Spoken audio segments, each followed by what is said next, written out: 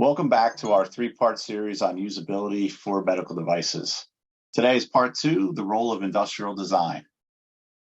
I'm Eric Hilliard. I'm the VP of Sales at Sterling Medical Devices. I have with me today Tara Miller, our Human Factors and Clinical Affairs Manager, Mario Turchi, our Creative Resource Director, and Ian Wright, a Systems Engineer at Sterling who has a lot of usability background. This series is meant to help you understand what usability is and how to optimize usability in your device development. So let's get started. Mario, can you help explain what the role of industrial design is when it comes to usability? Sure, Eric. So every medical device or any other product for that matter is the result of a design and engineering problem-solving process. And during that design process, hundreds or even thousands of decisions are made about a product's size, shape, configuration, button arrangement, UI, color, finish, material, and even sounds. Think about that pleasant sounding, thump of a car door shutting or the clicking sound of the gas cap to confirm that it's actually closed.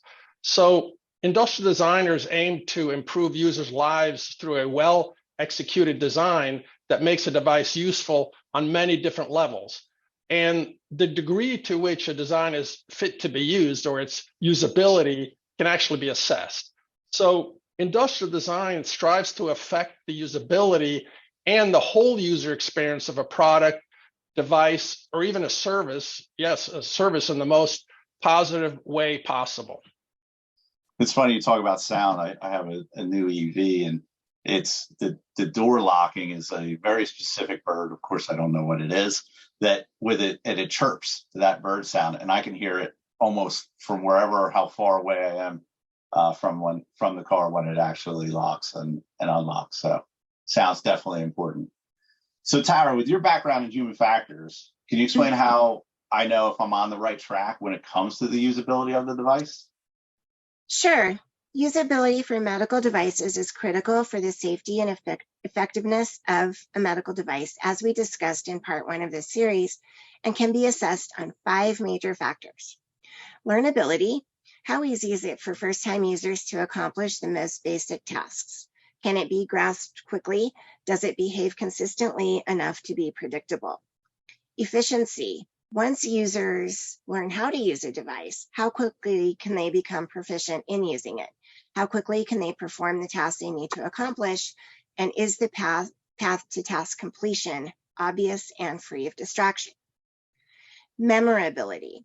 How easy can a user reestablish proficiency after not using the device for a period of time? Is it easy for them to recount how it works?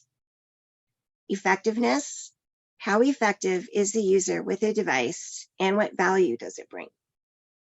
Would they recommend the interface to other users? And this is important because if they wouldn't recommend it to others, they won't use it themselves. Error prevention. How many errors, how often are they made? How severe are they? And how easy is it to recover? Are the messages clear and are the errors severely impacting the workflow? It's important to consider all these factors early in the design process because any deficiencies with the above factors will manifest in validation testing. This could require redesign and retesting. It's really late in the game to be making design changes at this point and leads to more costs and delays than anyone is happy about. Don't want any of those blue screens of death. Anyway, Ian, have you seen any of that firsthand? Yeah, Eric. Actually, on a product I was working on, the client pushed the usability process all the way to the end of the project. And what that meant for us is we had to kind of reverse engineer the usability requirements. And we also didn't have any formative testing. So when it came time to do the summative testing for the project, we were kind of going in blind. We didn't know what was going to happen. It turned out that, we gave the doctors the devices to use, asked them to do a couple things with the device. And at one point, a lot of them just kind of put their hands up and said, listen, I don't know what you're asking me to do on this device. And we had to fail that test.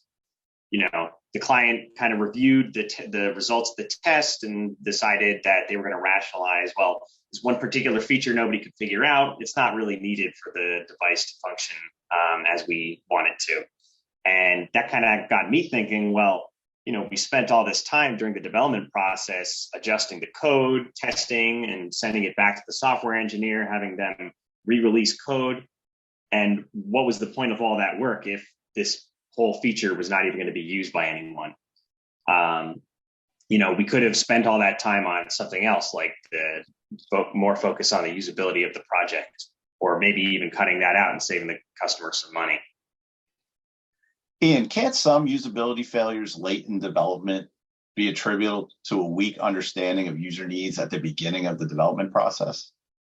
Yeah, I think that a lot of the times when there are issues with usability later on in the process, it does boil down to an issue with the user needs at the beginning. If the user needs are missing, or for whatever reason we weren't able to, bridge the gap between user needs and user requirements, that's going to impact the development process. And those issues are going to propagate down to the product specification, and you're going to be missing, a user need here or there, which is not really great. We talked about it a little bit in the first video in the series, but in order to really achieve that good foundation, you should have a good understanding of the user groups, which means, are you using the device with patients or doctors, nurses or technicians, or some combination? You have to consider where the device is used. Maybe it's in a clinic at home or in a surgical suite. And, forgetting to ask these questions early can end up with, pretty serious issues. If you forget that your device is used in the same place as an MRI machine, that could be pretty destructive to whoever you're selling your device to. I think Sterling is helpful here because we have a team of people who know the right questions to ask that put us on that path forward to good development for the user experience.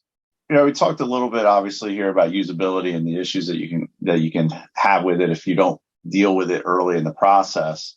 But Mary, I hear we talk about user experience before as well, and how and what it comes to with product development. Can you help explain it? Well, yeah. So first off, user experience, or UX, is an often used term these days associated with developing a user experience, user interface, or a UI. But it can mean different things to different people, right? So I actually believe it's difficult to distinguish user experience from human factors. Going back a bit, Bell Labs was a pioneer in introducing human factors into the design of their telephone systems in the early 1950s. And my understanding is that it wasn't until the early 1990s that psychologist Don Norman coined the term user experience for his design team at Apple Computer. And that term was meant to encompass the entire, product experience, from unpacking the box, reading the instruction manual, plugging it in, setting up the computer, looking at the screen, and yes, also using the apps. But it's a very holistic view of UX design that we at Sterling embrace. And it's what industrial designers at Sterling constantly strive for, designing the best possible user experience. It's amazing to me how satisfying the unpackaging process of a nice box does for when you're getting your little new toy or piece of technology. Well, maybe it's just me. But so what's the difference between user experience and usability? So user experience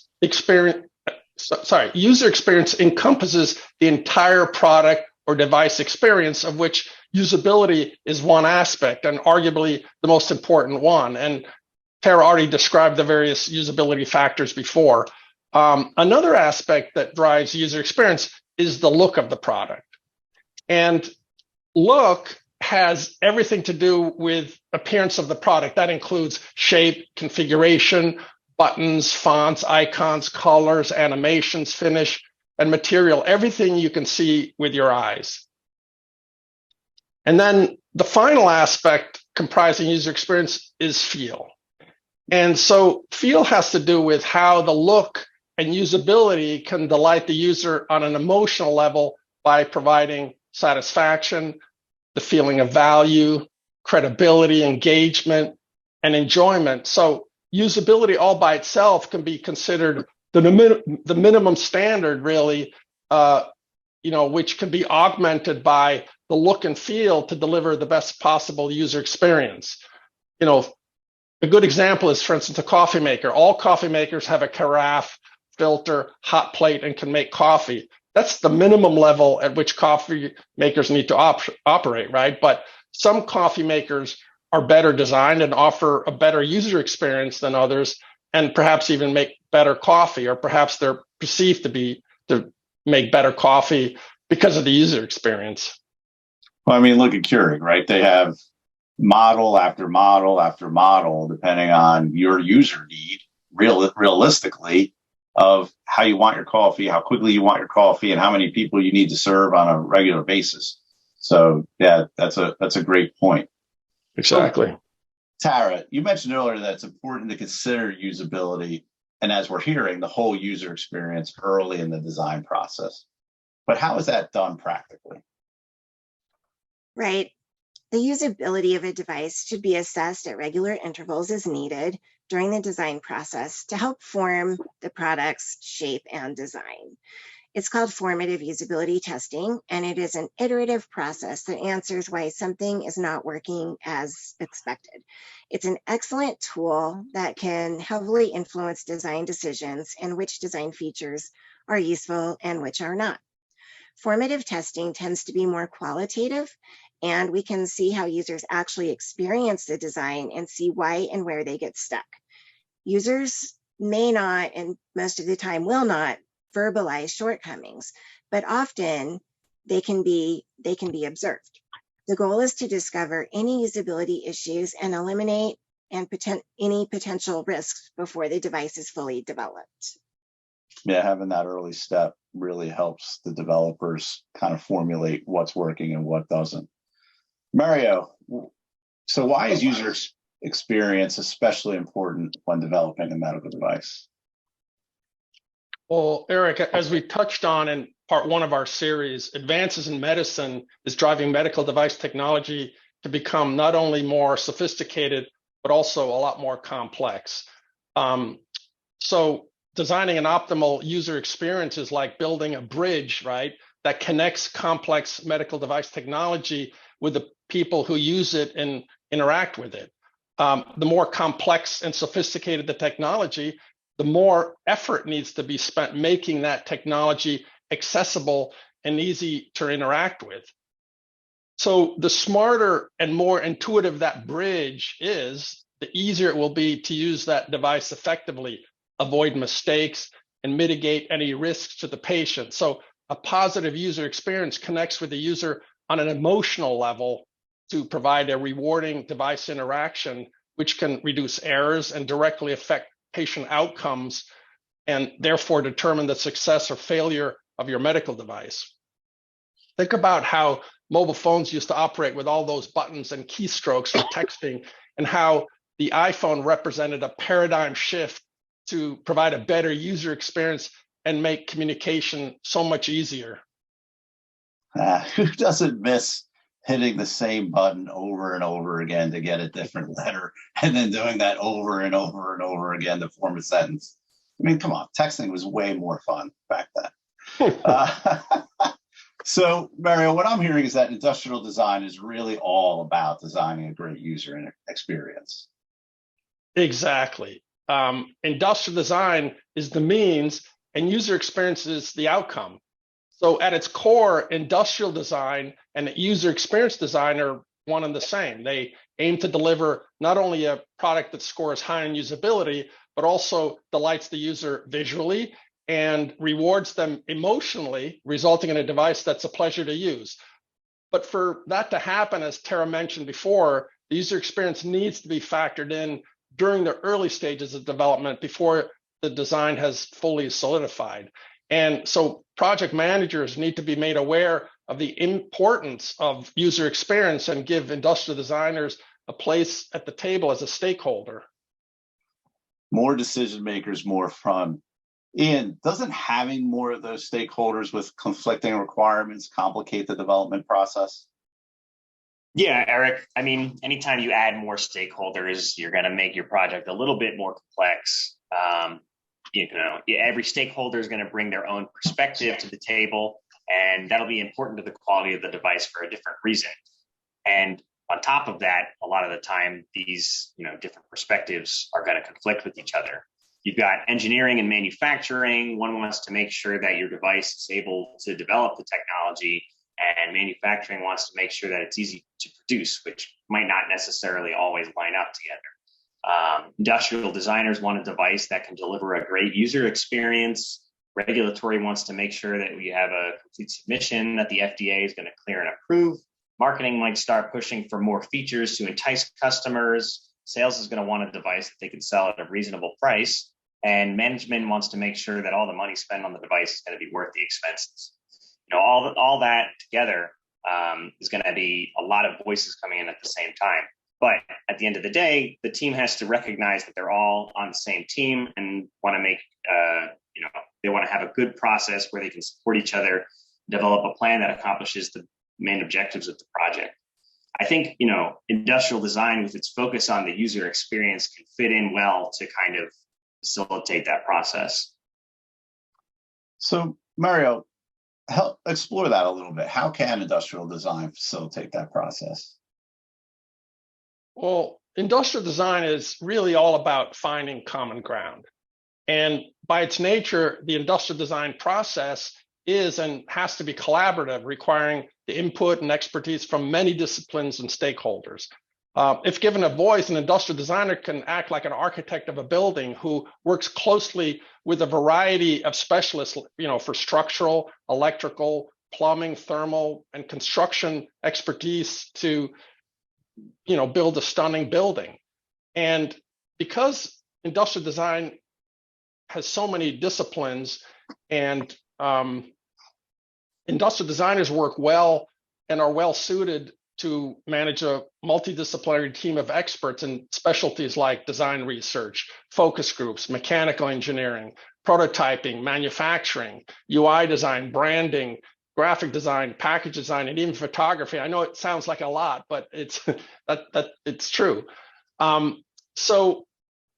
since inventing and engineering device technology can be so challenging, industrial design often takes just the back seat to science and technology and only gets considered as an afterthought late in the development process. So the amount of value a project receives from industrial design is directly proportional to where and when it's integrating into the design process. In the end, the best medical devices are really the result of close collaboration and teamwork between the various disciplines. And it involves accepting a process in which stakeholders really commit to playing supporting roles in overcoming project challenges, finding design solutions, and realizing that all voices need to be heard. So to develop even a moderately complex medical device these days, it does take a village. Yeah, it's interesting, right? One of probably the largest growing company in this generation is Apple, and it's pretty obvious they have a large focus on industrial design and how their equipment works, from the software they write to the devices, hardware that they develop. And Mary, I agree that it takes a village or a team of experts, from engineering to designers to regulatory to a strong level of project management, just like we do have here at Sterling. So I think this is a good place to end for our second session. I'd like to thank Mario, Tara, and Ian for their contributions today. Next up, we'll wrap up our series about usability, talking about the FDA's requirements for human factors testing and the recently released guidance document. Thank you for listening.